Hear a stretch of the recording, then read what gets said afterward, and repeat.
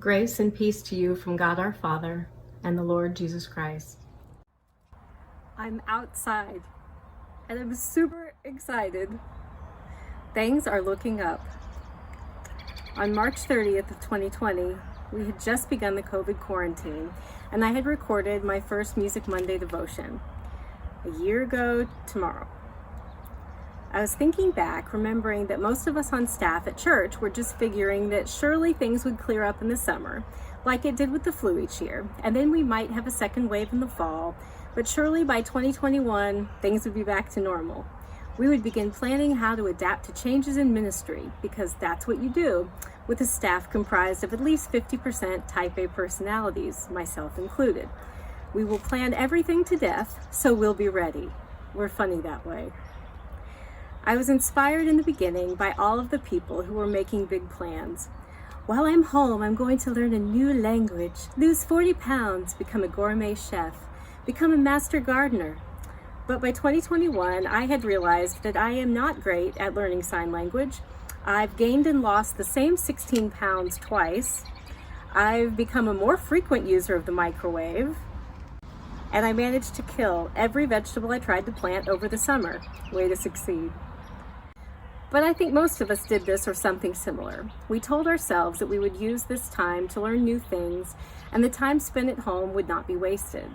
There have been days that I wake up and I think, okay, this is good. I have a plan for today. I'm going to make a hymn video, make a healthy smoothie for lunch, work on thematic Lenten planning, clean 2 bathrooms, put dinner in the crock pot, place an online grocery order, and spend the evening playing games with Steve and the kids, all while wearing pearls and a June Cleaver dress and heels. But by 4 in the afternoon, I'm halfway fetal in my sweats, whining about how I can't do this anymore.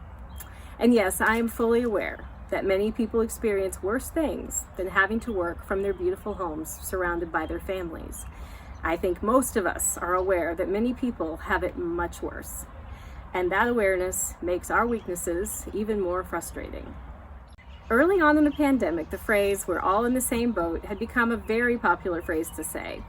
But as we've gone through this last year, it's becoming increasingly clear that we are in the same storm, but every boat is very different. Some of us have yachts with shipmates who care for us and always have our backs. Some of us are alone in a canoe with tiny holes we keep patching. Some of us will emerge from this feeling like butterflies finally set free. Others will come out slowly, having experienced great loss. God's timeline doesn't always align with ours, but He's not going to keep us suspended indefinitely in the wilderness. We started very modified choir rehearsals in March for anyone who was still interested in singing. We practice while we're spread out all over Meister Hall wearing special masks designed for singers. It's a little weird, but I don't really think anyone minds because we were all so desperate for music and normalcy and to just spend time together. And at the end of this week, we will celebrate Easter. If you've started attending in-person worship, I'm sure you've noticed that it looks a little different, but these changes aren't forever. Everything we're doing right now is a step in the right direction. Hopefully not back to exactly what we had before, but these are steps forward to something even better, where we can take the great ministries we had before COVID and add to them some of the things we have learned over the last year.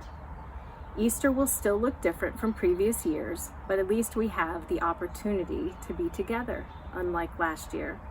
Some of you may remember that last year I blew up after hearing the 100th person say, "I can't believe we're not having Easter." Not having Easter. You don't have that much power. If you mean you won't be able to have a gathering of 50 people at your house for Easter lunch, all right, no Easter lunch.